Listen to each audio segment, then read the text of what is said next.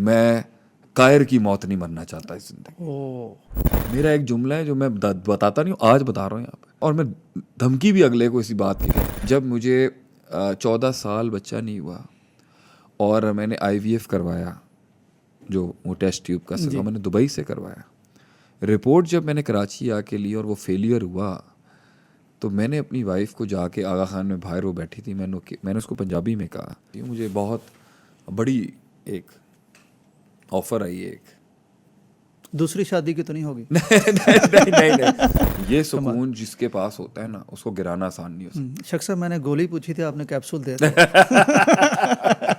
मैं अगर उतने बड़े के साथ जुड़ा हुआ हूँ तो नॉर्मल बड़ा मुझे हिला नहीं सकता ना। अल्लाह। एक दिन था मेरी जिंदगी के अंदर जब मुझे इतना मार रहे थे लोग, और तो उस वक्त मैं बहुत जख्मी था। शरीयत अल्लाह का एक पैटर्न है कंट्रोल और कमांड करके एक्सीलेंस तक पहुंचाने का। वाह वाह, बहुत खूबसूरत जुमला है। आज मैं हक बयान करके सब कुछ ही तबाह कर दूं जितनी मुश्किल से बनाया है।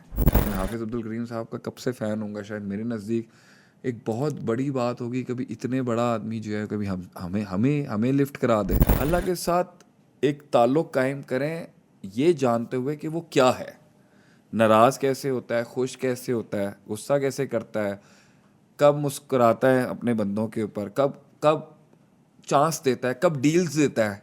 वाह